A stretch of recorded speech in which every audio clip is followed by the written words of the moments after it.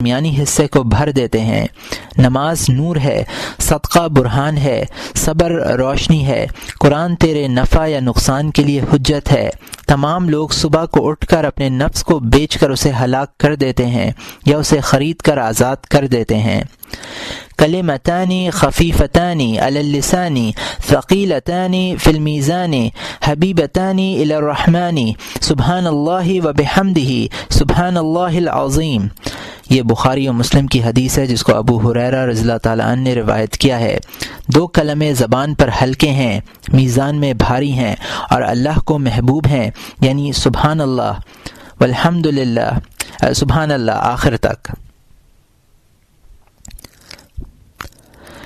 قال ابو ذر رضی اللہ تعالی عنہ قلت الرسول صلی اللہ علیہ وسلم ای الکلام احب الی اللہ عز وجل قال صلی اللہ علیہ وسلم ما استف اللہ سبحانہ الملائکۃ سبحان اللہ وبحمدہ سبحان اللہ العظیم۔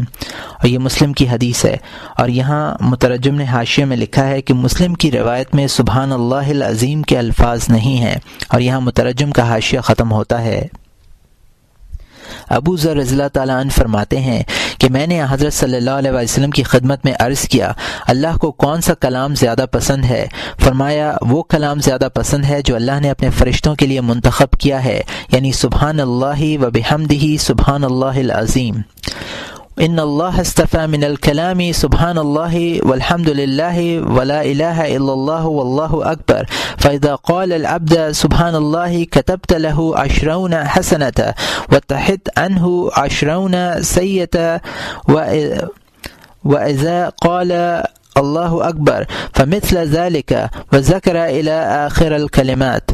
یہ نسائی اور حاکم کی حدیث ہے جس کو ابو ہریرہ رضی اللہ تعالیٰ عنہ نے روایت کیا ہے۔ اللہ تعالیٰ نے یہ کلمات منتخب فرما لیے ہیں، سبحان اللہ والحمد للہ آخر تک۔ جب بندہ سبحان اللہ کہتا ہے تو اس کے لیے 20 نیکیاں لکھی جاتی ہیں اور 20 گناہ معاف کر دیے جاتے ہیں، اور جب اللہ اکبر کہتا ہے تب بھی یہ ثواب ملتا ہے۔ آخر کلمات تک یہی ذکر کیا، یعنی ہر کلمے پر یہ ثواب ملتا ہے۔ من قال سبحان اللہ وبحمدہ غرست لہ نخلۃ فی الجنہ۔ یہ ترمذی اور نسائی کی حدیث، ابن حبان اور حاکم کی حدیث ہے جس کو جابر رضی اللہ تعالیٰ عنہ نے روایت کیا ہے۔ جو شخص سبحان اللہ وبحمدہ کہتا ہے جنت میں اس کے لیے درخت لگا دیا جاتا ہے۔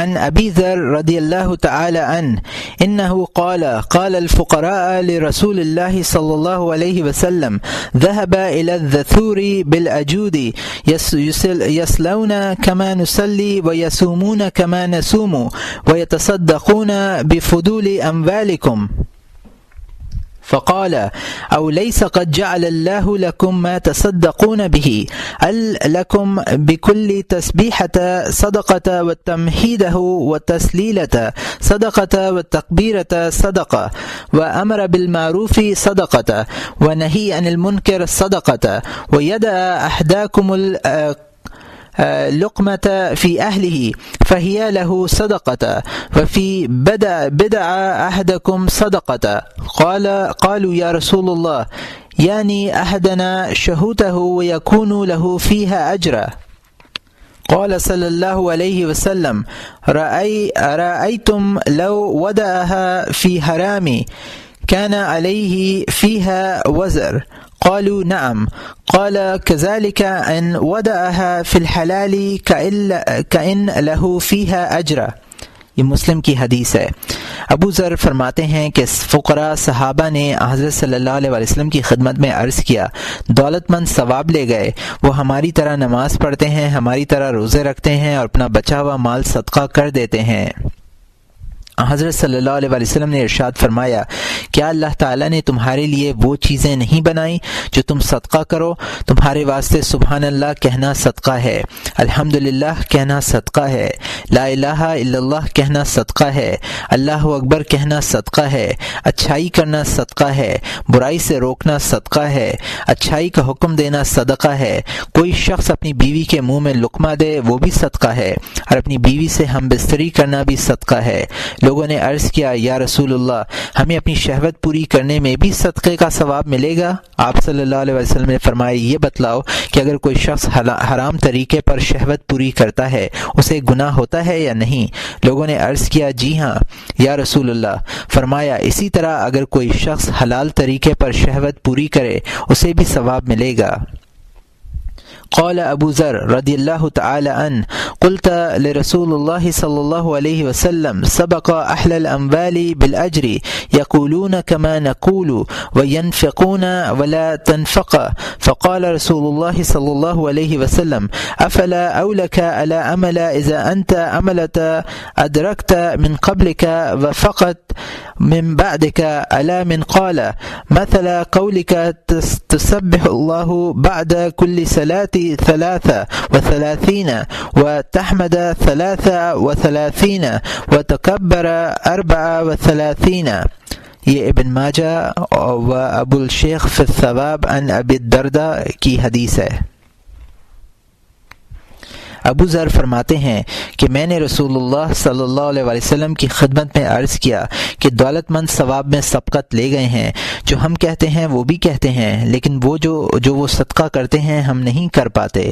حضرت صلی اللہ علیہ وسلم نے فرمایا کیا میں تمہیں ایسا عمل نہ بتلا دوں جو اگر تم کرو تو آگے جانے والوں کو جا پکڑو اور وہ پیچھے رہ جانے والوں سے بازی لے جاؤ؟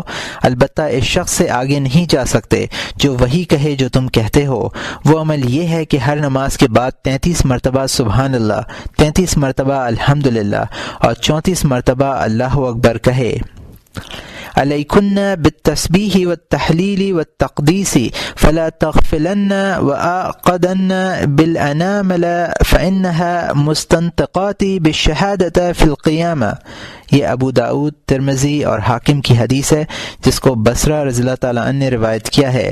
اے عورتوں اپنے اوپر تسبیح سبحان اللہ، تحلیل لا الہ الا اللہ اور تقدیس سبوح قدوس کہنا لازم کر لو اور غفلت مت کرو، اور یہ تسبیحات انگلیوں پر گن لیا کرو اس لیے کہ یہ انگلیاں قیامت کے روز شہادت دیں گی۔ ابن عمر رضی اللہ تعالیٰ عنہ فرماتے ہیں کہ حضرت صلی اللہ علیہ وسلم تسبیح پڑھتے ہوئے انگلیوں پر عدد شمار کرتے تھے۔ یہ ابو داؤد، ترمذی، نسائی اور حاکم کی حدیث ہے۔ وَإِذَا قَالَ الْعَبْدُ لَا إِلَهَ إِلَّا اللَّهُ وَاللَّهُ أَكْبَرُ قَالَ اللَّهُ عَزَّ وَجَلَّ صَدَقَ عَبْدِي لَا إِلَهَ إِلَّا أَنَا وَأَنَا أَكْبَرُ وَإِذَا قَالَ الْعَبْدُ لَا إِلَهَ إِلَّا اللَّهُ وَحْدَهُ لَا شَرِيكَ لَهُ قَالَ اللَّهُ تَعَالَى صَدَقَ عَبْدِي لَا إِلَهَ إِلَّا اللَّهُ وَأَنَا وَحْدِي لَا شَرِيكَ لِي وَإِذَا قَالَ الْعَبْدُ لَا إِلَهَ إِلَّا اللَّهُ وَلَا حَوْلَ وَلَا قُوَّةَ إِلَّا بِاللَّهِ يَقُولُ اللَّهُ سُبْحَانَهُ صَدَقَ عَبْدِي لا حول ولا قوة الأبي ومن قلهن عند الموت تمسه النار۔ یہ ابو سعید رضی اللہ تعالیٰ عنہ اور ابو ہریرہ رضی اللہ تعالیٰ عنہ کی حدیث ہے جس کو ابن ماجہ، حاکم، نسائی اور ترمذی نے روایت کیا ہے۔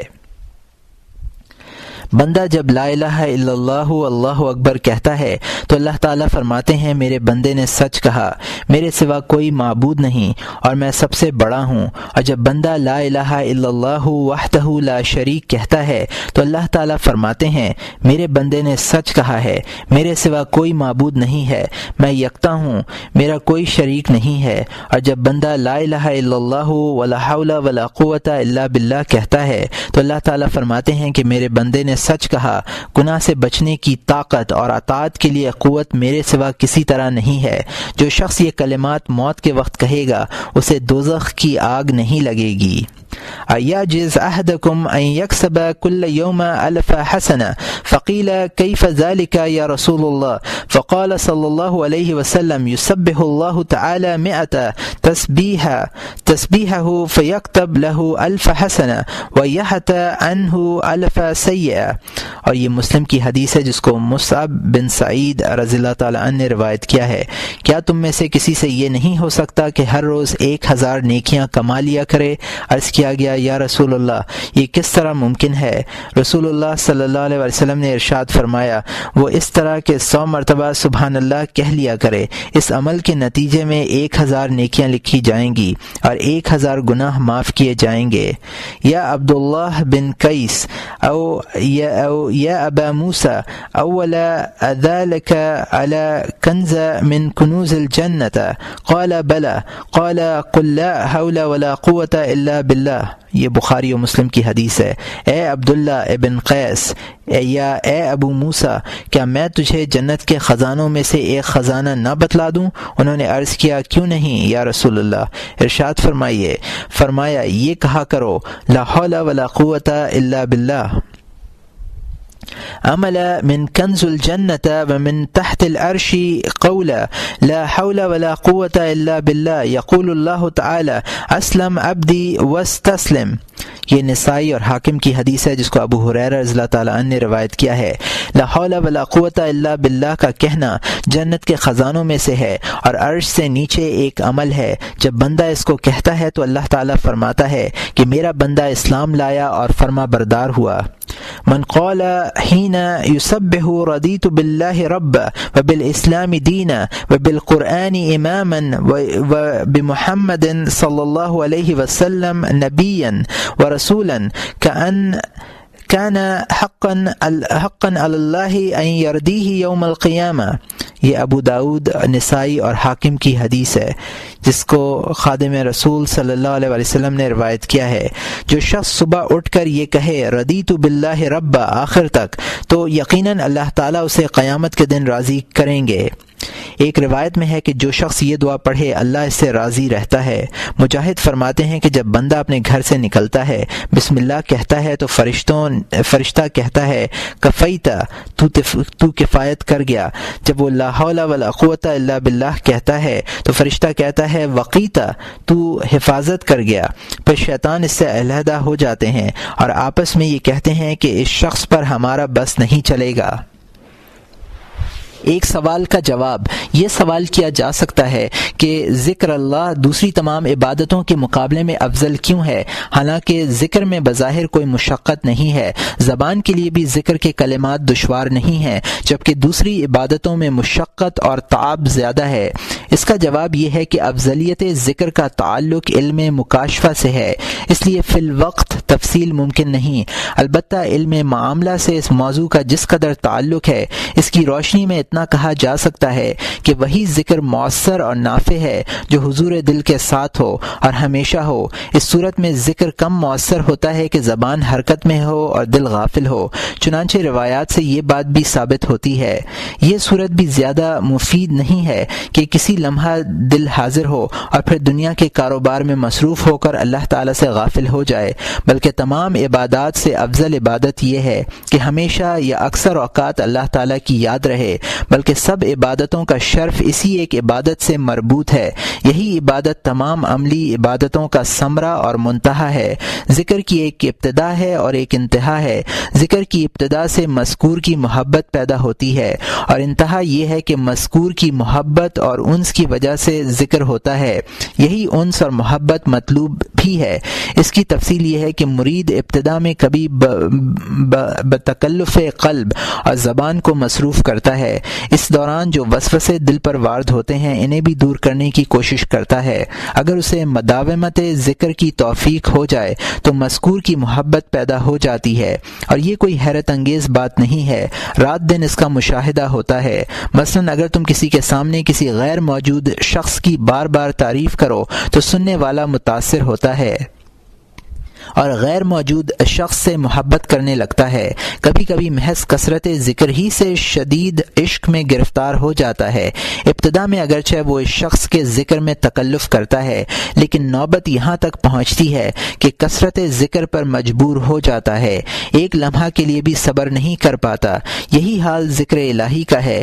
ابتدا میں تکلف ہوتا ہے، پھر یہ تکلف عادت بن جاتا ہے، اور مذکور یعنی خدا تعالی کی محبت ذاکر کے دل میں اس طرح جاگزیں ہو جاتی ہے کہ ایک لمحہ کے لیے بھی ذکر کے بغیر قرار نہیں پا سکتا، اور جو چیز اول میں موجود تھی وہ موجب ہو جاتی ہے، اور جو اول چیز جو چیز اول میں موجب تھی وہ موجب ہو جاتی ہے اور جو ثمرہ تھی وہ علت بن جاتی ہے۔ بعض اکابر کے اس قول میں بھی یہی حقیقت پنہا ہے کہ میں نے 20 برس تک قرآن پاک کی تلاوت میں سخت محنت کی، پھر 20 برس تک مجھے اس کی تلاوت سے ناقابل بیان لذت حاصل ہوئی۔ یہ وہ لذت ہے جو انس و محبت کا ثمرہ ہے۔ یہ انس و محبت مداومت کے بغیر حاصل نہیں ہوتی۔ جو کلام ابتدا میں تکلف سے کیا جاتا ہے، بعد میں مداومت کرنے سے وہ عادت ثانیہ بن جاتا ہے۔ یہ بات مستبعد مت سمجھو، تم جانتے ہی ہو کہ آدمی بعض اوقات کسی چیز کے کھانے میں تکلف کرتا ہے اور بدمزگی کے باعث زبردستی محض پیٹ بھرنے کے لیے کھاتا ہے، لیکن بار بار کھانے سے عادی ہو جاتا ہے۔ خلاصہ یہ ہے کہ انسان کی طبیعت میں لچک ہے، جو عادت ڈالی جائے وہی عادت اختیار کر لیتا ہے۔ جب نفس ذکر اللہ سے مانوس ہو جاتا ہے تو ماں سوا اللہ سے بے نیازی پیدا ہو جاتی ہے۔ ماں سوا اللہ چیزیں وہ ہیں جو موت کے وقت ساتھ دیتی ہیں۔ نہ قبر میں بیوی بچے ہوتے ہیں، نہ دوست احباب ہوتے ہیں، نہ مال و متاع ہوتا ہے، نہ اقتدار و حکومت ساتھ ہوتی ہے۔ ذکر الہی کے علاوہ کوئی ساتھ نہیں ہوتا۔ چنانچہ ذکر الہی کی حقیقی محبت کے معنی ہی یہ ہیں کہ نفس ہر چیز سے اپنا تعلق ختم کر لے۔ ذکر الہی کی صحیح لذت اسی وقت ملتی ہے جب ذاکر ہر اس چیز سے اپنا رشتہ توڑے جو اللہ کے ذکر سے اسے روکتی ہے۔ ذاکر کی زندگی قبر کی زندگی کے مشابہ ہونی چاہیے، جہاں اس کے اور محبوب کے درمیان کوئی چیز حائل نہیں ہوتی۔ حضرت صلی اللہ علیہ وسلم ارشاد فرماتے ہیں، ان روح القدس نفث فی روعی احبب ما احببت فاتک مفارق۔ اور یہاں مترجم نے حاشیہ میں لکھا ہے کہ یہ حدیث کتاب العلم کے 7ویں باب میں گزری ہے اور مترجم کا حاشیہ یہاں ختم ہوتا ہے۔ روح القدس نے میرے دل میں یہ بات ڈالی کہ تم جس چیز کو چاہے محبوب بنا لو، اسے تمہیں چھوڑنا پڑے گا۔ اس حدیث میں وہ چیزیں مراد ہیں جن کا تعلق دنیا سے ہو، کیونکہ موت انہی چیزوں سے انسان کا رشتہ منقطع کرتی ہے۔ رب عظیم کے علاوہ ہر چیز فانی ہے، اور انسان کے حق میں تو دنیا اور اس کی تمام رعنائیاں اور رونقیں اسی وقت فنا ہو جاتی ہیں جب وہ دنیا میں اپنی زندگی کے لمحات پورے کر لیتا ہے۔ البتہ ذکر اللہ کی محبت کام آئے گی۔ موت کے بعد انسان اسی سے لذت حاصل کرے گا یہاں تک کہ جوار خداوندی نصیب ہو اور ذکر سے بقاء و دیدار کا شرف حاصل ہو، اور یہ اس وقت ہوگا جب مردے قبروں سے اٹھائے جائیں گے اور لوگوں کے اعمال نامے ان کے ہاتھوں پر رکھ دیے جائیں گے۔ ذکر اور عالم ملکوت، یہ کہنا صحیح نہیں کہ مرنا عدم ہے۔ مرنے کے بعد آدمی کے ساتھ ذکر کیسے رہ سکتا ہے؟ یہ کہنا صحیح نہیں ہے کہ مرنا عدم ہے۔ مرنے کے بعد آدمی کے ساتھ ذکر کیسے رہ سکتا ہے؟ اس لیے کہ مرنے کے بعد آدمی اس طرح معدوم نہیں ہوتا کہ ذکر کے لیے مانع ہو۔ انسان کے معدوم ہونے کا مطلب یہ ہے کہ دنیا اور عالم ظاہر کے تمام چیزوں سے اس کا رشتہ منقطع ہو چکا ہے۔ یہ مطلب نہیں کہ عالم ملکوت سے بھی اس کا کوئی تعلق باقی نہیں رہا۔ چنانچہ روایت سے بھی ثابت ہوتا ہے کہ مرنے کے بعد آدمی کا تعلق دوسرے عالم سے قائم ہو جاتا ہے۔ حضرت صلی اللہ علیہ وسلم فرماتے ہیں، القبر اما حفرت من النار وروضۃ من ریاض الجنہ۔ یہ ترمذی کی حدیث ہے جس کو ابو سعید الخدری رضی اللہ تعالی عنہ نے روایت کیا ہے۔ قبر تو آگ کا گڑھا ہے یا جنت کے باغیچوں میں سے ایک باغیچہ ہے۔ ایک حدیث میں ہے، ارواح الشہداء فی حواسل طیور خضر۔ یہ مسلم کی حدیث ہے جس کو ابن مسعود رضی اللہ تعالی عنہ نے روایت کیا ہے۔ شہیدوں کی روحیں سبز پرندوں کے پھوٹوں میں ہیں۔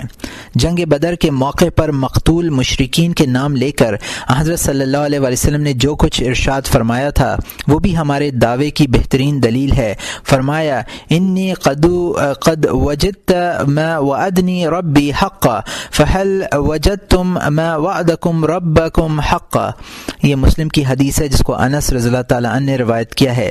مجھ سے میرے رب نے جو وعدہ کیا تھا میں نے اسے سچا پایا ہے، کیا تم نے بھی وہ وعدہ سچا پایا ہے جو تم سے تمہارے رب نے کیا تھا؟ حضرت عمر رضی اللہ تعالیٰ عنہ نے آپ کا یہ ارشاد سن کر عرض کیا، یا رسول اللہ، یہ لوگ مر چکے ہیں، آپ کی بات کس طرح سنیں گے اور کس طرح جواب دیں گے؟ حضرت صلی اللہ علیہ وسلم نے جواب دیا، والذی نفسی بیدیہ ما انتم بسمع للکلام منہم ولکنہم لا یقدرون ان یجیبوا۔ یہ حدیث سابق ہے، خدا کی قسم تم میری بات اس سے زیادہ نہیں سنتے، فرق یہ ہے کہ وہ جواب نہیں دے سکتے۔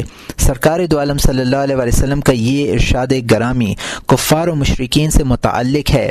اہل ایمان کے متعلق آپ نے ارشاد فرمایا ہے، ان ارواح المؤمنین فی طیر خضر تعلق بشجر الجنہ۔ یہ ابن ماجہ کی حدیث ہے جس کو کعب ابن مالک رضی اللہ تعالیٰ عنہ نے اور نسائی اور ترمذی میں بالفاظ آخر روایت کیا گیا ہے۔ مومنین کی روحیں سبز پرندوں میں ہیں جو جنت کے درخت سے لٹکے ہوئے ہیں۔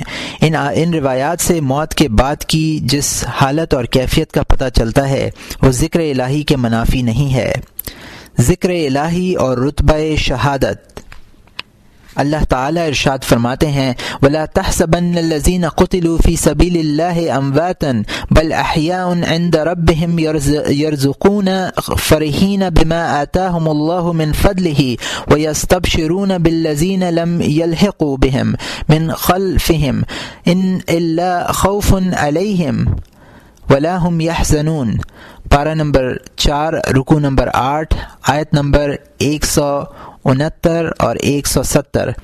اور اے مخاطب، جو لوگ اللہ کی راہ میں قتل کیے گئے ہیں ان کو مردہ مت خیال کرو، بلکہ وہ لوگ زندہ ہیں، اپنے پروردگار کے مقرب ہیں، ان کو رزق بھی دیا جاتا ہے، وہ خوش ہیں اس چیز سے جو ان کو اللہ تعالیٰ نے اپنے فضل سے عطا فرمائی، اور جو لوگ ان کے پاس نہیں ہیں ان سے پیچھے رہ گئے، ان کی بھی اس حالت پر وہ خوش ہوتے ہیں کہ ان پر بھی کسی طرح کا خوف واقع ہونے والا نہیں اور نہ وہ مغموم ہوں گے۔ یہاں یہ بات یاد رکھنی چاہیے کہ شہادت کے رتبے کی عظمت ذکر الہی سے زیادہ ہوتی ہے۔ اس کی تفصیل یہ ہے کہ مطلوب حقیقی خاتمہ ہے۔ خاتمے سے ہماری مراد یہ ہے کہ آدمی دنیا سے رخصت ہو اور اللہ تعالیٰ کے سامنے اس حال میں حاضری دے کہ دل میں اس کے سوا کوئی چیز نہ ہو، اور یہ حالت صرف میدان جنگ میں میسر آتی ہے، کیونکہ اس میدان میں اترنے کے بعد وہ اپنی جان، مال اور اولاد کی طمع سے خالی ہو جاتا ہے۔ اسے دنیاوی زندگی کے لیے ان چیزوں کی ضرورت تھی، اور اب جب کہ وہ اللہ کی محبت میں جان ہتھیلی پر رکھ کر میدان میں اتر آیا ہے تو ان چیزوں کی اس کے نزدیک کیا قدر رہے گی؟ اللہ تعالیٰ کے لیے تجرد حقیقی کی اس سے بڑھ کر اور کیا صورت ہو سکتی ہے؟ اس لیے شہادت کا رتبہ بلند ہے۔ لاتعداد روایات سے شہادت کی فضیلت ثابت ہوتی ہے۔ جنگ احد میں حضرت عبداللہ بن عمر انصاری شہید ہوئے تو حضرت صلی اللہ علیہ وسلم نے ان کے صاحبزادے حضرت جابر رضی اللہ تعالیٰ عنہ سے خطاب فرمایا، الا ابشرک یا جابر؟ قال بلا، بشرک اللہ بالخیر۔ قال ان اللہ عز وجل احیا اباک فقعده بین یدیہ ولیس بینہ وبینہ ستر، فقال اللہ تعالی تمن علی یا عبدی ما شئت اعطیکہ، فقال یا ربی ان تردنی الى الدنیا حتى اقتل فیک وفی نبیک مرة اخرى، فقال عز وجل سبق القضاء منی بأنهم الیہا لا یرجعون۔ یہ ترمذی اور حاکم کی حدیث ہے جس کو جابر رضی اللہ تعالیٰ عنہ نے روایت کیا ہے۔ اے جابر، کیا میں تمہیں خوشخبری نہ سناؤں؟ حضرت جابر رضی اللہ تعالیٰ عنہ نے عرض کیا، ضرور یا رسول اللہ تعالیٰ آپ کو خیر کی بشارت دے۔ آپ نے فرمایا، اللہ تعالیٰ نے تیرے باپ کو زندہ کیا اور اپنے سامنے اس طرح بٹھلایا کہ خدا کے اور ان کے درمیان کوئی چیز حائل نہیں تھی۔ پھر اللہ تعالیٰ نے تیرے والد سے کہا، اے بندے، جس چیز کی چاہے تمنا کر، میں تجھے عطا کروں گا۔ تیرے والد نے عرض کیا، اے اللہ، میری تمنا یہ ہے کہ مجھے دنیا میں دوبارہ بھیج دیجیے تاکہ میں تیری راہ میں دوبارہ قتل کیا جاؤں۔ اللہ تعالیٰ نے ارشاد فرمایا کہ اس سلسلے میں تو میرا یہ فیصلہ پہلے ہو چکا ہے کہ وہ یہاں آ کر دوبارہ دنیا میں نہ جائیں۔ پھر اس حالت پر خاتمے کا سبب قتل ہے، کیونکہ اگر مارا نہ جائے تو یہ ممکن ہے کہ دنیا میں دل کی شہوت شہوتیں دوبارہ پیدا ہو جائیں اور ذکر اللہ کی جگہ دنیا کی محبت آ جائے۔ اس لیے عارفین خاتمے کے معاملے میں زیادہ ڈرتے تھے۔ دل پر اگرچہ ذکر الہی کا غلبہ ہو لیکن اسے کسی ایک حالت پر دوام مشکل حاصل ہوتا ہے، وہ گاہے بگاہے دنیا کی طرف بھی ملتفت ہو جاتا ہے۔ خدا نہ کرے کہ کسی پر ایسا وقت آئے کہ اس کا دل زندگی کے آخری لمحات میں دنیا کا اسیر ہو جائے اور اسی حالت میں وہ جہان فانی سے رخصت ہو۔ لیکن اگر ایسا ہو تو خیال بھی یہی ہے کہ مرنے کے بعد اس پر اسی حالت کا غلبہ رہے گا اور محض دنیاوی لذتوں کی خاطر وہ دوبارہ واپس آنے کی خواہش کرے گا۔ یہ خواہش اسی لیے ہوگی کہ دل میں آخرت کا تصور کم ہوتا ہے۔ آدمی کی موت اس حال پر ہوتی ہے جس پر وہ زندگی گزارتا ہے اور حشر اسی حالت پر ہوتا ہے جس پر وہ مرتا ہے۔ سوء خاتمے کے بچاؤ کا طریقہ یہی ہے کہ شہادت کی موت نصیب ہو، اور اصلی شہادت وہی ہے کہ شہید کے دل میں مال و منال، جاہ و منصب اور شہرت و ناموری حاصل کرنے کا جذبہ نہ ہو۔ ایک حدیث میں ہے جاء رجل الى النبی صلی اللہ علیہ وسلم فقال الرجل يقاتل للذکر والرجل يقاتل للمغنم والرجل يقاتل لیری مکانه فمن في سبیل اللہ قال من قاتل لتكون کلمة اللہ هي العلیہ فهو في سبیل اللہ۔ یہ بخاری و مسلم کی حدیث ہے جس کو ابو موسیٰ رضی اللہ تعالیٰ عنہ نے روایت کیا ہے۔ ایک شخص نے سرکار دو عالم صلی اللہ علیہ وسلم کی خدمت میں حاضری دی اور عرض کیا، آدمی شہرت کے لیے جہاد کرتا ہے، مال غنیمت حاصل کرنے کے لیے جہاد کرتا ہے، منصب حاصل کرنے کے لیے جہاد کرتا ہے، ان میں کون اللہ کے راستے میں جہاد کرنے والا ہے؟ آپ نے فرمایا وہ شخص اللہ کے راستے میں جہاد کرنے والا ہے جس کا مقصد جہاد سے اعلی کلمت اللہ ہو۔ قرآن کریم میں بھی اسی حقیقت کی طرف اشارہ ہے، ان اللہ اشتری من المؤمنین انفسهم واموالهم بان لهم الجنہ، پارہ نمبر 11 رکوع نمبر 3 آیت نمبر 111۔ بلا شبہ اللہ تعالیٰ نے مسلمانوں سے ان کی جانوں کو اور ان کی مالوں کو اس بات کے عوض خرید دیا ہے کہ ان کو جنت ملے گی۔ وہی شخص دنیا کو جنت کے عوض فروخت کرتا ہے جو محض اللہ تعالیٰ کے لیے جہاد کرتا ہو۔ شہید کی حالت کلمہ طیبہ کی مراد کے عین مطابق ہے۔ لا الہ الا اللہ کا مطلب یہ ہے کہ کہنے والا معبود حقیقی کو اپنا مقصد قرار دے رہا ہے۔ شہید بھی زبان حال سے یہ اعتراف کرتا ہے کہ اس کا مقصود وہی ذات برحق ہے۔ جو شخص اپنی زبان سے یہ کلمہ کہے اور اس کے مطابق عمل نہ کرے وہ آخرت کے خطرے سے مانون نہیں ہے۔ اسی لیے حضرت صلی اللہ علیہ وسلم نے لا الہ الا اللہ کو تمام اذکار پر فضیلت دی ہے۔ اور یہاں مترجم نے حاشیے میں لکھا ہے کہ ترمذی، نسائی اور ابن ماجہ میں جابر ابن عبداللہ نے یہ روایت کیا ہے، اور یہاں مترجم کا حاشیہ ختم ہوتا ہے۔ بعض جگہ مطلقاً لا الہ الا اللہ کی فضیلت بیان کی گئی ہے اور بعض جگہ صدق و اخلاص کا اضافہ ہے۔ مثلا من قال لا الہ الا اللہ مخلصا آخر تک، جس نے اخلاص کے ساتھ لا الہ الا اللہ کہا۔ اخلاص کے معنی یہ ہیں کہ حالت گفتار کے مطابق ہو۔ ہم اللہ تعالیٰ سے حسن خاتمہ کی درخواست کرتے ہیں، اے اللہ ہمیں ان لوگوں میں سے بنا جن کا حال و قول، ظاہر و باطن لا الہ الا اللہ کے مطابق ہو۔ ہم اسی حالت میں دنیا سے رخصت ہوں کہ ہمارے دل دنیا کی محبت سے خالی ہوں بلکہ دنیا سے اکتائے ہوئے ہوں اور باری تعالیٰ کے دیدار کے شوق سے پر ہوں۔ آمین۔